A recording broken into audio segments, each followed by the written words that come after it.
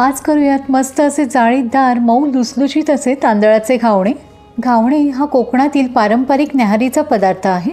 प्रामुख्याने तांदळाच्या पिठापासून केली जाणारी ही घावणं बनवायला तर अतिशय सोपी आहेत आणि मुख्य म्हणजे पचायलाही तितकीच हलकी आहेत. छान मऊसूद घावणांसाठी तांदळाची सरसरीत अशी पिठी घ्यायची. फक्त लक्षात घ्या, ज्या तांदळाचा भात चिकट होतो ना त्या तांदळाचं पीठ घ्यायचं नाही आहे. आणि पिठी ही अगदी बारीक नसून सरसरीत असावी म्हणजे घावणं भराभर निघून येतात आणि मुख्य म्हणजे चिकट होत नाहीत. आता 1 वाटी तांदूळ पिठीसाठी 2 ते 2.5 वाट्या पाणी घालायचं आहे आणि हे असं सरसरीत असं पीठ भिजवून घ्यायचं आहे. इथे ही बिडाची काईल मी गरम करून घेतली, त्याला हे असं कांद्याने तेल लावायचं आहे. आता सगळं पीठ एकदा हलवून घ्यायचं आहे आणि हे असं कडेकडेने सोडायचं आहे.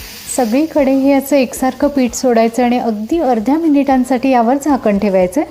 बघा, घावण कडेने छान असं उचलल्यासारखं दिसू लागलं ना की अगदी अलगदपणे उलटून घ्यायचं आहे आणि एखाद्या जाळीवर काढून घ्यायचं आहे.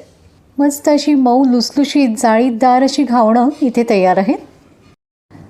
तांदळाच्या या मऊ लुसलुशीत घावणांसोबत नारळाची चटणी आणि कोरा चहा अतिशय सुरेख लागतो. या पद्धतीने ही घावणं तुम्ही नक्की करून बघा आणि तुमचे अभिप्राय जरूर कळवा. धन्यवाद.